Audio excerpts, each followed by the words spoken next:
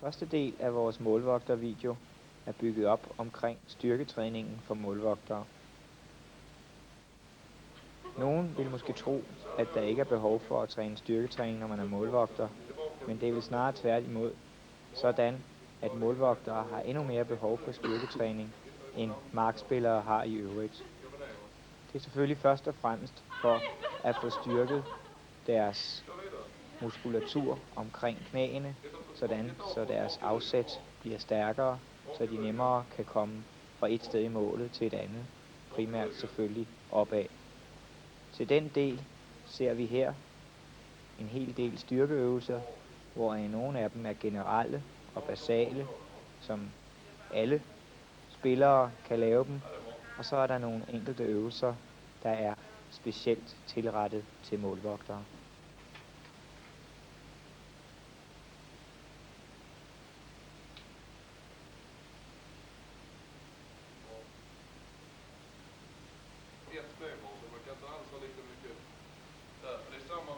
Her viser Mats Olsson netop en sådan øvelse. En øvelse, som er specielt beregnet til målvogtere. En øvelse, som markspillere ikke ville have så fantastisk meget ud af.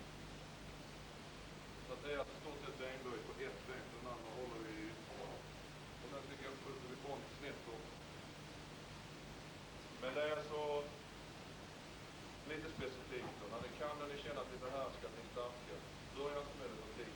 Så det kan bli problem i knät. Hur meget vægt kunne man få det? I forhold til... Jag brukar försöka att säga, jag kör inte hälften. Jag kör kanske på 70 kilo. För att man kör 200, om man kommer upp på 200, så kan jag inte köra 100, kan jag ha ett avkör. Jag kör på 70 kilo.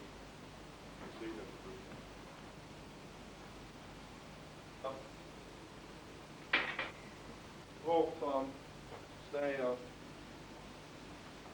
Vi kan köra med lyft.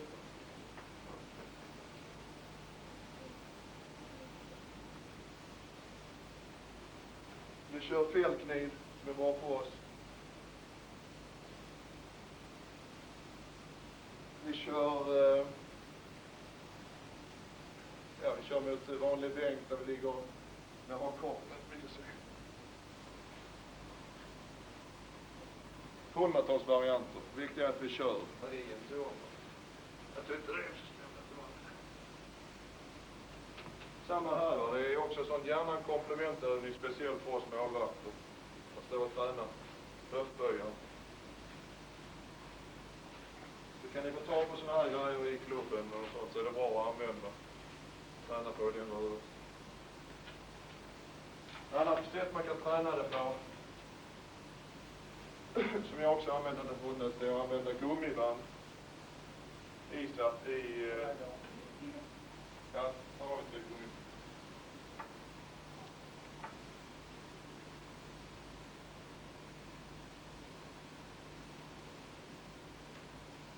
Och så krokig. Och så upp där också.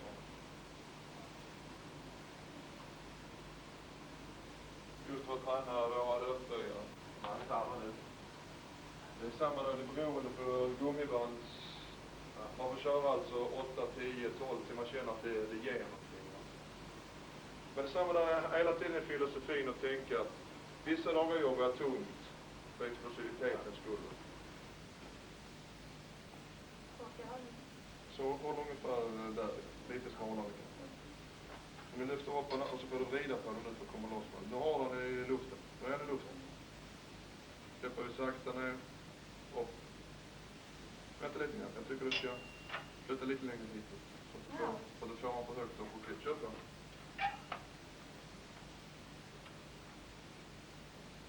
Och så trycker vi upp.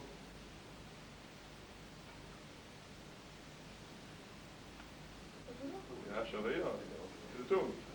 Nej. Så du kan gärna köra lite fortare. Jag kan visa lite för sakta. Ja, lite borde jag. Ja, det är bra då.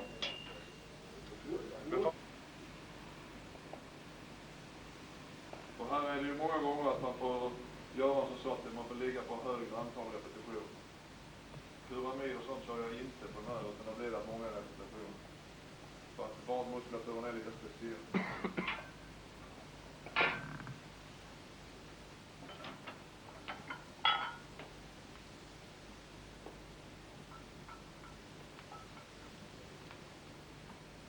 Vadmuskulatur är också mycket viktigt för oss målvakter. Att man väldigt fort resultat. Väldigt fort. Om ni går ner nu och kan köra benböj 50 kilo. Jag lovar inom 2 månader ni är uppe i 80 kilo.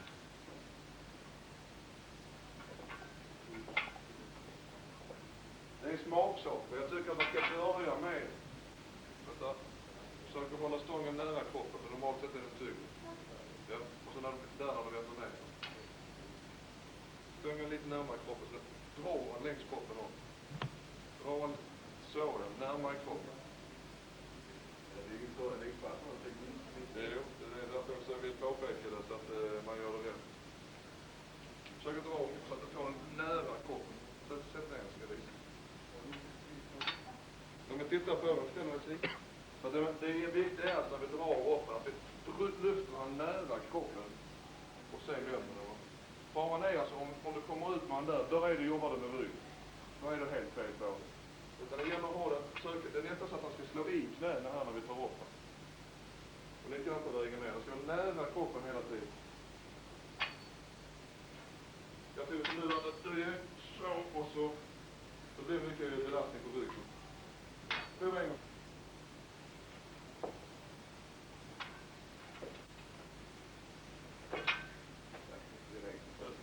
Börja med benen ihop.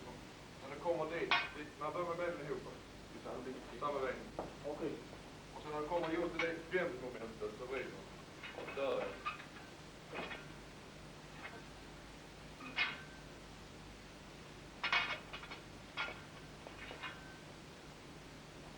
Ja, mer ut. Det är en teknik på det. Det var ju så här i början.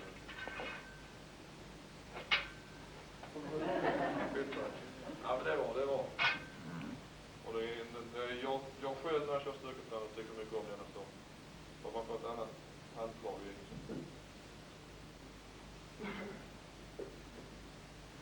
in. Både med raka armar eller med krökta armar. Både och. Just att bygga upp där i skadeförebyggande. Vårt bröstparti och de bitarna. Jag vet inte, det är inte så mycket att prova kanske. Vill ni pröva det? Jag har prøvet den før. Du har prövat den förut. Har ni prövat biceps innan? Nej, jeg har prøvet den håndvægten lidt i starten. Ikke med stången. Vi ska ta med rumpa.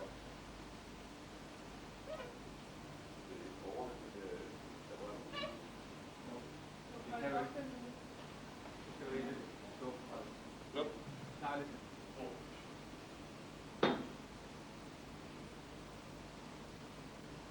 45 sekunder.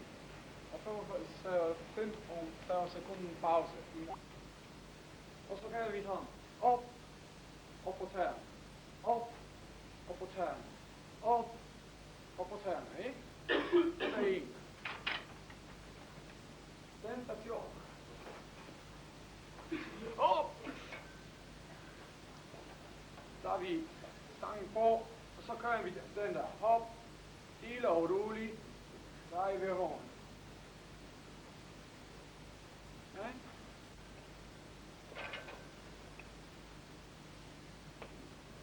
Så går vi her med.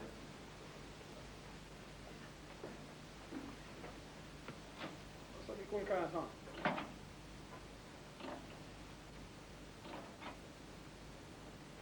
Den her.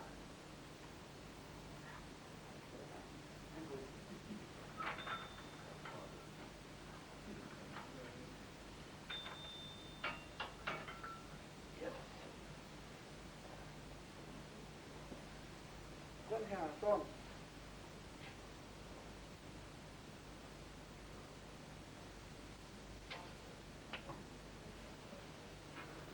Hernede. Hernede, vi kan sådan.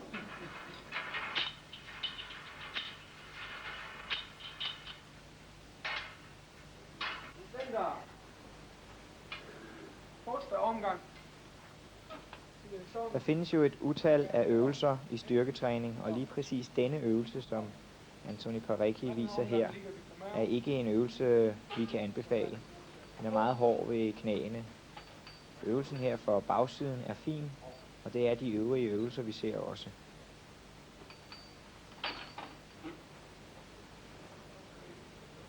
Den her.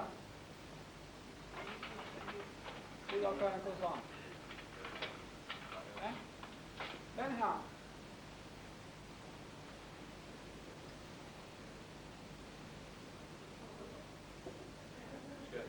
Og så gør vi hop, hop og hop. Parekkis næste øvelse er en øvelse, man skal være meget opmærksom på, fordi det er en øvelse, som henvender sig meget til hoftebøjerne, når man ligger spændt fast, som han gør her. Målvogtere har meget ud af at træne hoftebøjere, da det er meget vigtigt, at de er smidige og stærke omkring de led. Det er imidlertid ikke en øvelse, som markspillere får så fantastisk meget ud af. Der er det mere selve mavemuskulaturen, man skal fokusere på.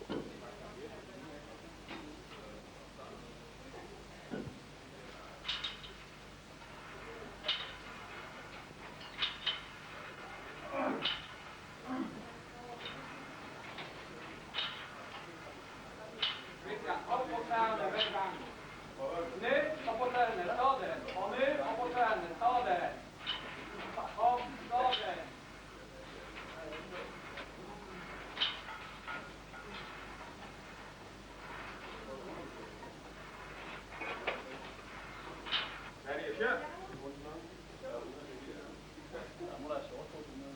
Værsgo.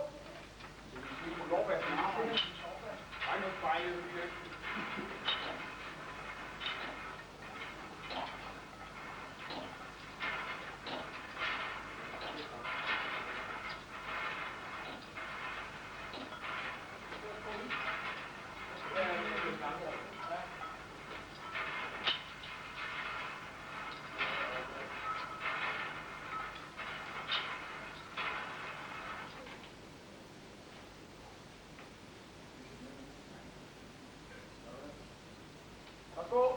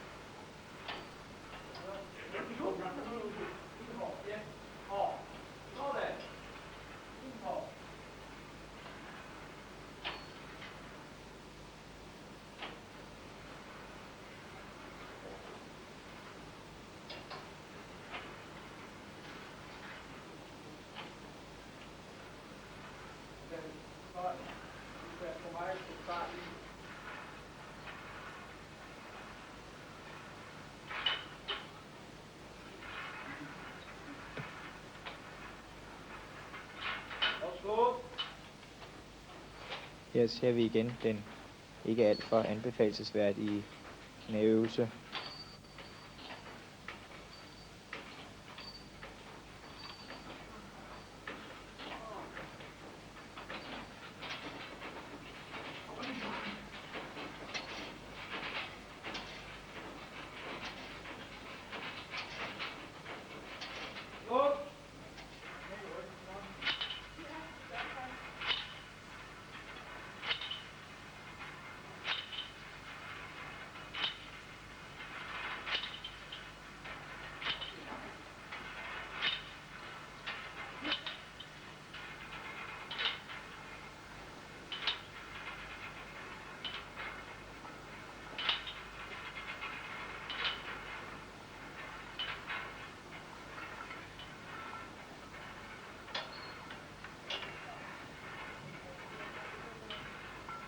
Værsgo!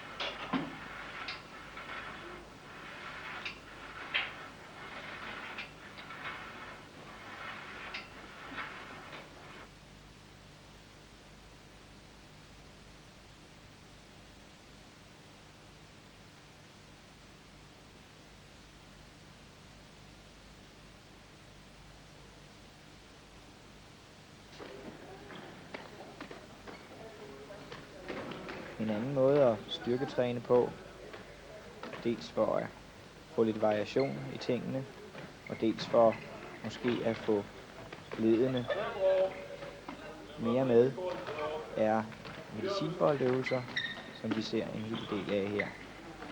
Der er naturligvis forskellige vægte, alt efter hvor store og hvor gamle målvogterne er. Ligesom med al styrketræning er det meget væsentligt, at alle spillere er klar over, hvordan man udfører øvelsen korrekt. Det er vigtigt med instruktion. Ligesom det i selve vægttræningen er afgørende, at man det første stykke tid bruger meget tid på instruktion, så er det faktisk også sådan ved medicinboldkastene. Specielt er det vigtigt, at man fokuserer på, at ryggen fikseres.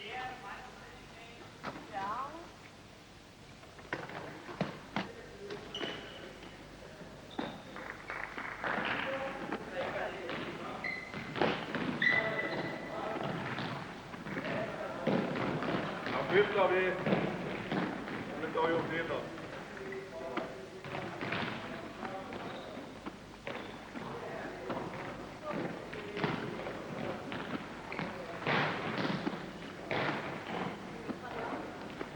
Ja, det er bra. Ja, kör vi samma sak.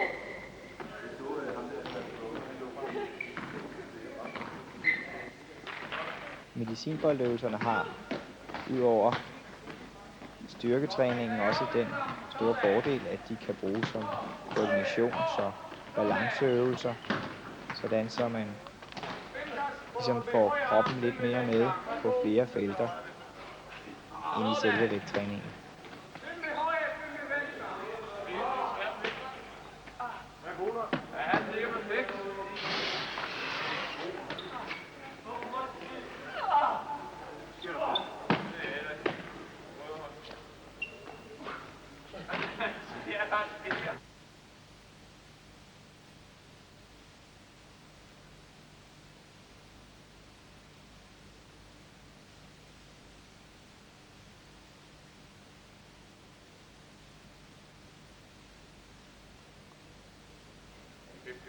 Næste afsnit drejer sig om springtræning.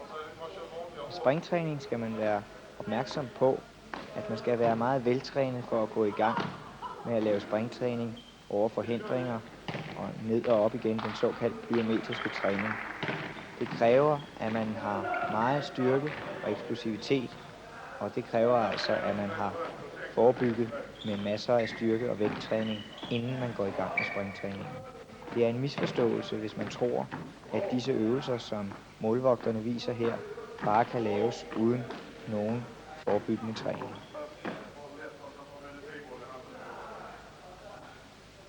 Som I kan se, bliver øvelserne langsomt sværere og sværere. Der bliver mere og mere belastning på. Og igen er det meget væsentligt, at man lægger mærke til, hvilke øvelser er basisøvelser, som den Mats Olsson viser her, og hvilke øvelser er meget hårdt belastende. Alle kan ikke gå i gang med de hårdt belastende øvelser.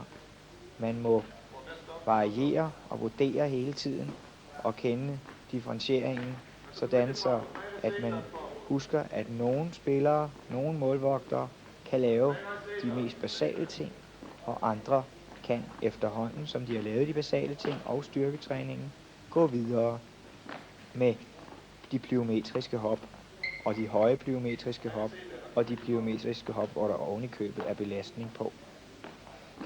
De hop, vi ser her, kan alle spillere lave, alle målvogtere lave, men igen er det selvfølgelig væsentligt med fejlretning.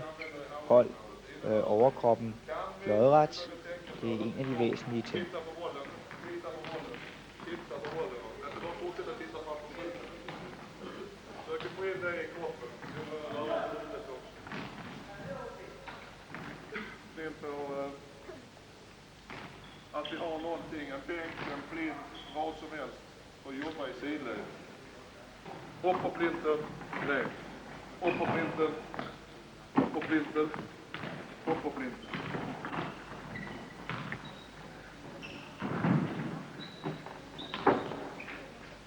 Stopp där och så upp, stopp och upp. Ta emot när du står. Ta emot upp.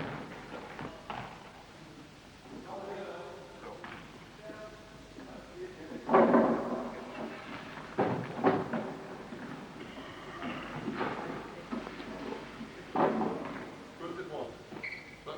Ja, kom ner på golvet och så tryck till. Kom ner på golvet så kommer ner där. Och så tryck. Just nu från ben. Ska göra det lite djupare i knät. Jobba med benet. Det är det benet som är på golvet man ska jobba med.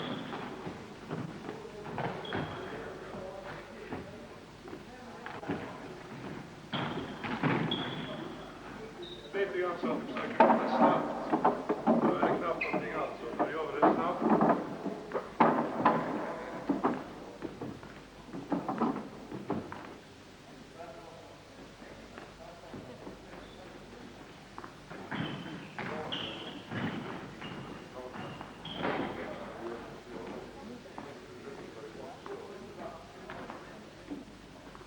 Ja, det är bra.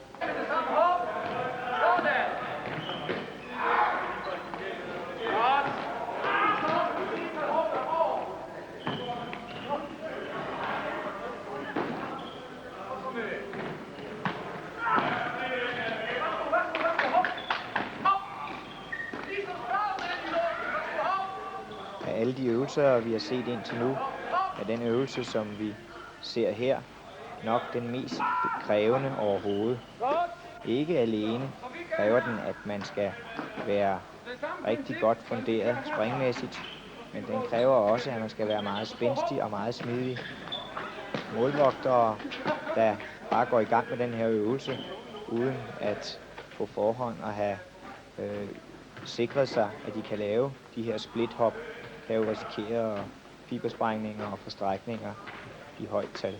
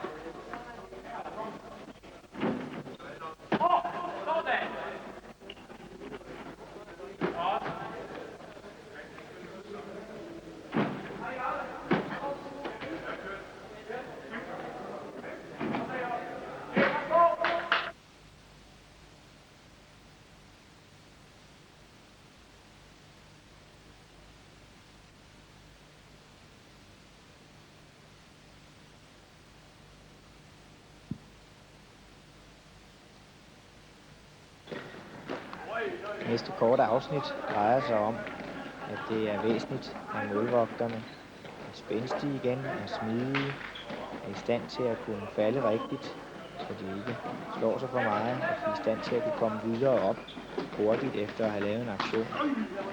Her er i det hele taget meget store krav til målvogtere. De skal nærmest være perfekte idrætsudøvere. Og her ser vi forskellen på nogle af målvogterne.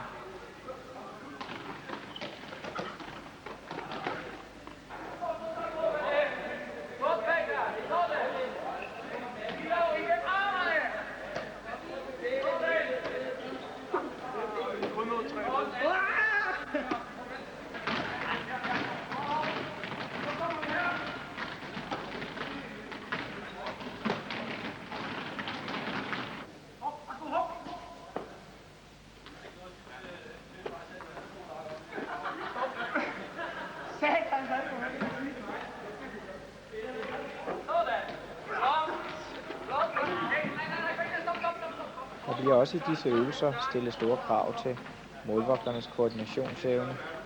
Det er selvfølgelig vigtigt, når man skal tage uforudsete bolde med en eller anden del af kroppen, som man måske ikke har forventet i forvejen. Man er i stand til at koordinere næsten helt perfekt.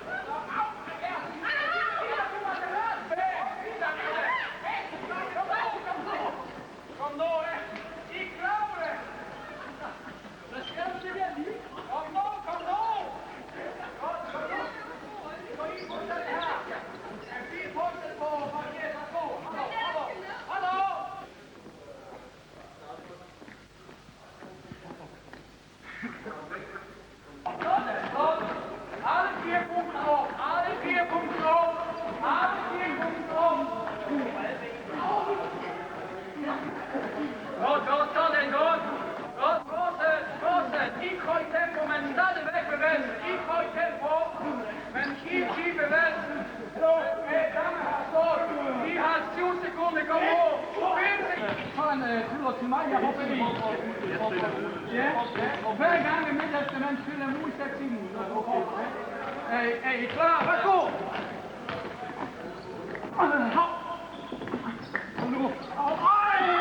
Sådan, Jakob! Sådan! Sådan! Godt! Tak, sådan!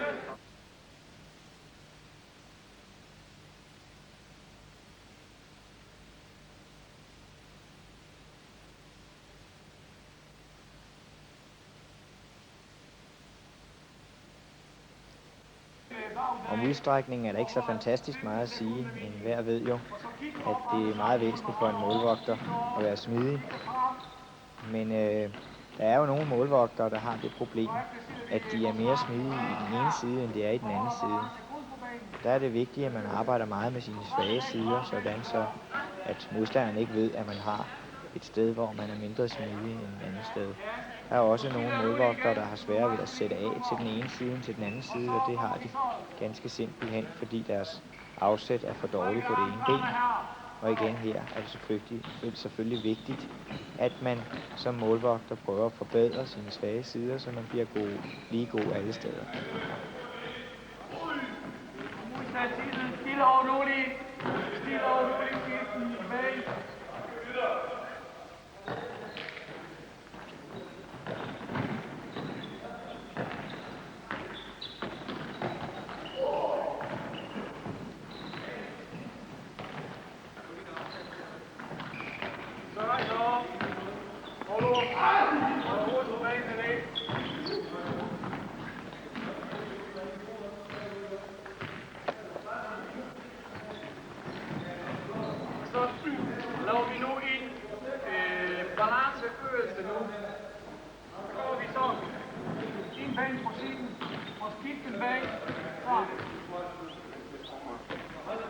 Og så kigger frem og armene op.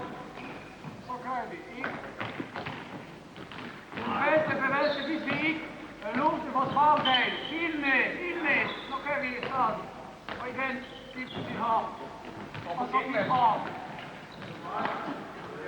Sådan, lidt mere ned, hvis vi kan. Yes, og kig op. Kig til målmand, kig op, målmand. Rigtig lidt ned. Ikke rejse op, rigtig. Den bevæger sig her.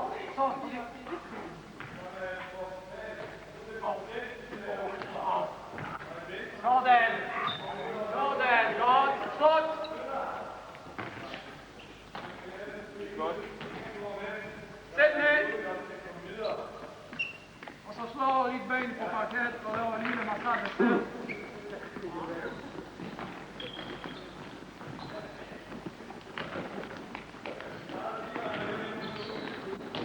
Yes. Så kommer vi sådan. Holder vi benen lige. 1, 2, 3, og igen. Lige og hele dagen frem. Og begge til højre. Og igen. Lige og.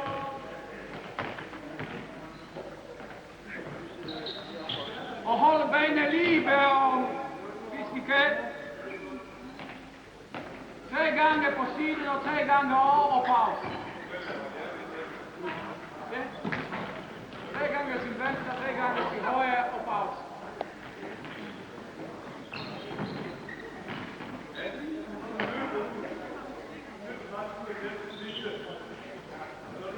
Kommer vi på maven? Hallo? På maven? Og så rejse op og stil op. Men hvor skaften man ligger, stadigvæk på parket.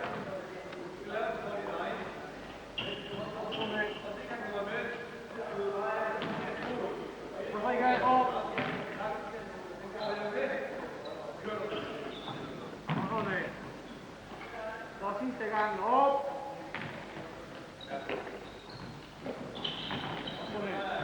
Så efter gruppen vores ben bagom. Og så strække op.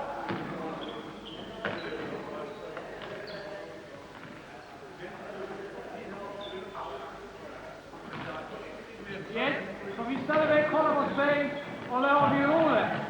Altså får lidt plads. Så I skal tage lidt mere plads, og så vi triller på siden op. Op. Og igen hop. Og laver vi hele åren. Hop. Hop. Og hop. Og så igen hjem. Ja, det er også kun igen at være strafspandet.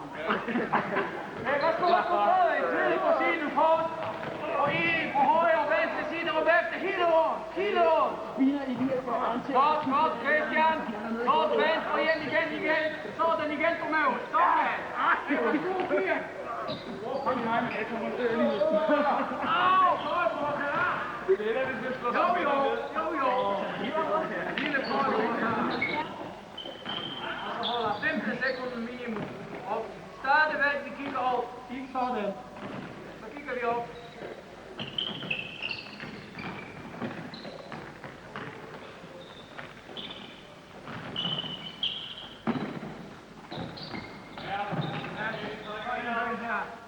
Og begge arme op, eller holde op på ingen ben. Og så stadigvæk op.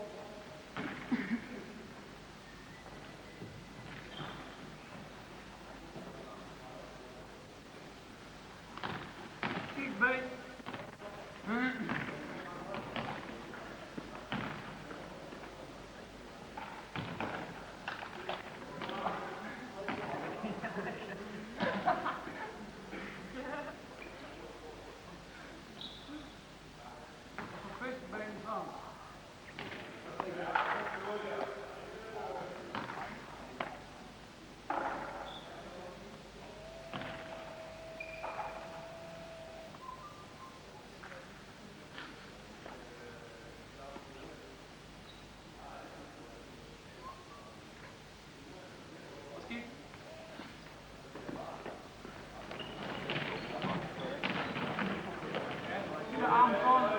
Lidt bagdæk,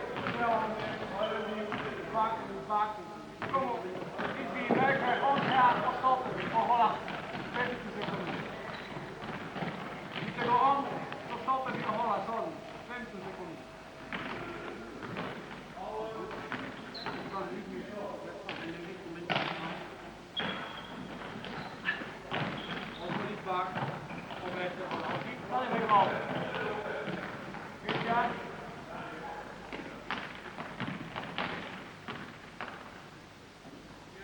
Later.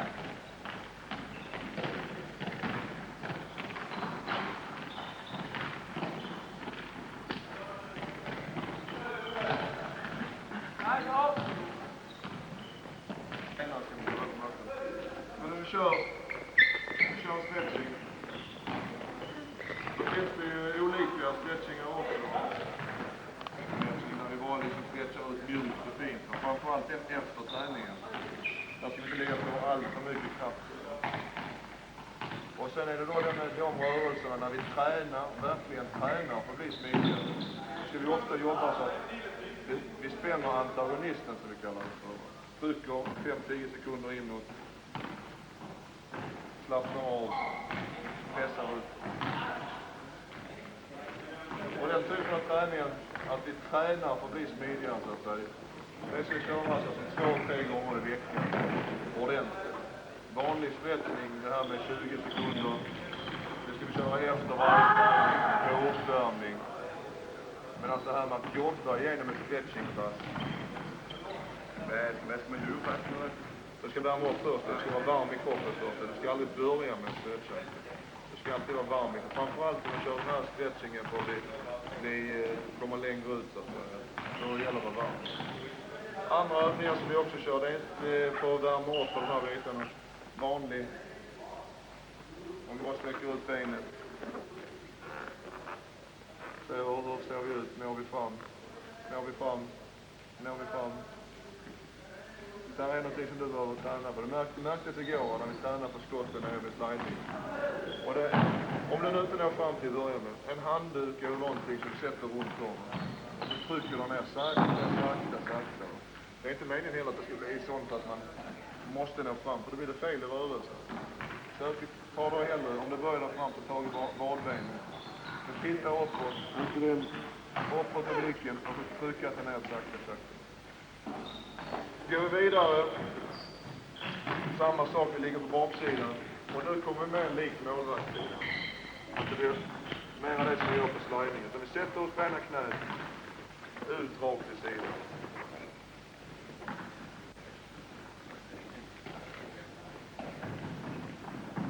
Den är också viktig.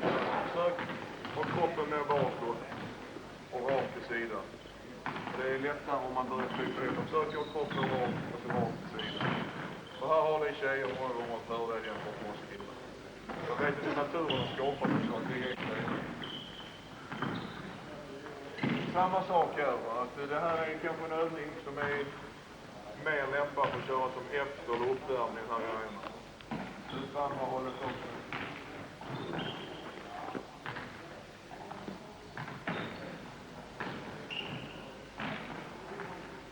Det var framsidan av låret. Också där sen på buken har vi det vanliga sträcka ut. Framförallt när vi har kört hopperna. Det är viktigt när vi har kört fysträning att vi stretchar, att vi sträcker ut ordentligt efter.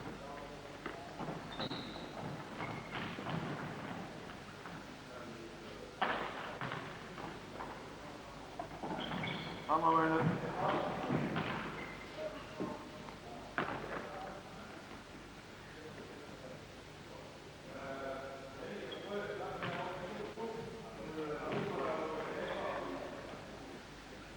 Det är bra.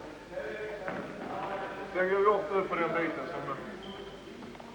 som vi behöver träna på, som är viktigt för oss målvakter, men det börjat nerifrån. Och det är så splitterspagrat. Dina favoriter. Och det är samma där, va? Det är alltid bra att börja med vanliga spagaten och köra så det kommer ner. Men framförallt också köra då så att säga med den här som antagonisten. Att det börjar med att trycka inåt. Om vi står så, pressa inåt i musklerna. Håll ihop, tryck inåt i 5-10 sekunder. Slappna av. Ut. Okej, kör vi. En på vardera benet. Nej, nu kör vi först splitten. Alltså en fot så. Så trycker vi framförallt på det benet som står. En framåt. En framåt och en utåt. Och den som är utåt, den trycker vi mot oss själva. Tryck den. I golvet och in. Slappnar vi av. Öppnar vi oss och ut.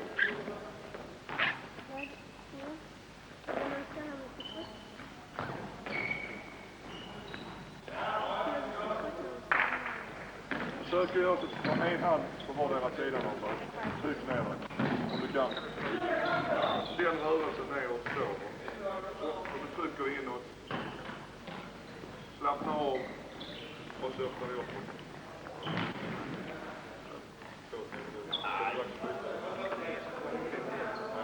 Alltså ska vi köra utan när jag går upp i nästa där. Jag tar det som är upp. Trycker framåt. Tryck inåt.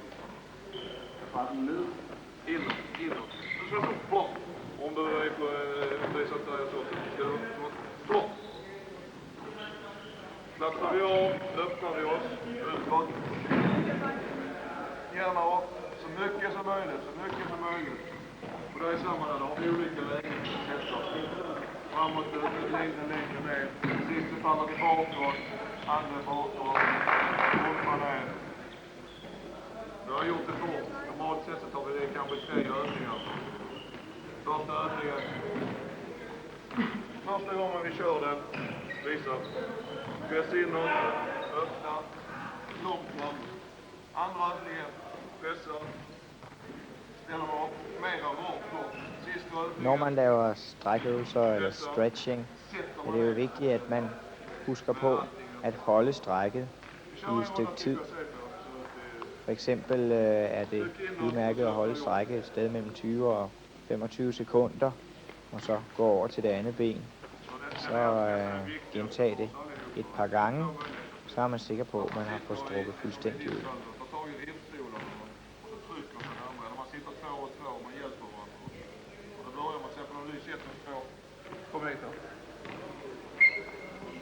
Sätter du dina fötter där på mig? Nej, så långt. Så då börjar jag med att trycka. Börjar med att hålla du var emot. Trycker jag. Slappnar av. Sen trycker du ut. Och det gäller alltså att titta uppåt. Så har man kontroll på det hela. Så är man 2 och 2 kan man jobba bra med det. Har man ingen att jobba med, samma sak. Jag tar i rimstolarna. Trycker sig framåt. Sen är det en gång till som är bra. Och det vet jag inte om andra har med då, men det är min egen erfarenhet säger. Det är att det bara är benspänning som gamla balettdansörer här. Att man kan ta i ribban där och pendla med benen. För att många gånger räcker det inte bara med stretching, utan det finns att man måste kunna komma upp och pendla. Upp med benen, upp med benen. Upp med benen. Ja, frågor. Snart har jag kört slut på alla tjejerna. Men ni allihopa skadade snart. Det var... Ja, det är bara du kvar. Det var du kvar. Det är inte mer. Det är jag inte med. Frågor på det vi har gjort. Det är alltså idéer också. Medicinbollar och sånt där. Hopparna. Hur vi tänker det hela. Meget trænet du spidede, det var Norge. Mycket. Jag körde varje träningspass. Om jag så körde styrketräning ute fram så körde jag alltid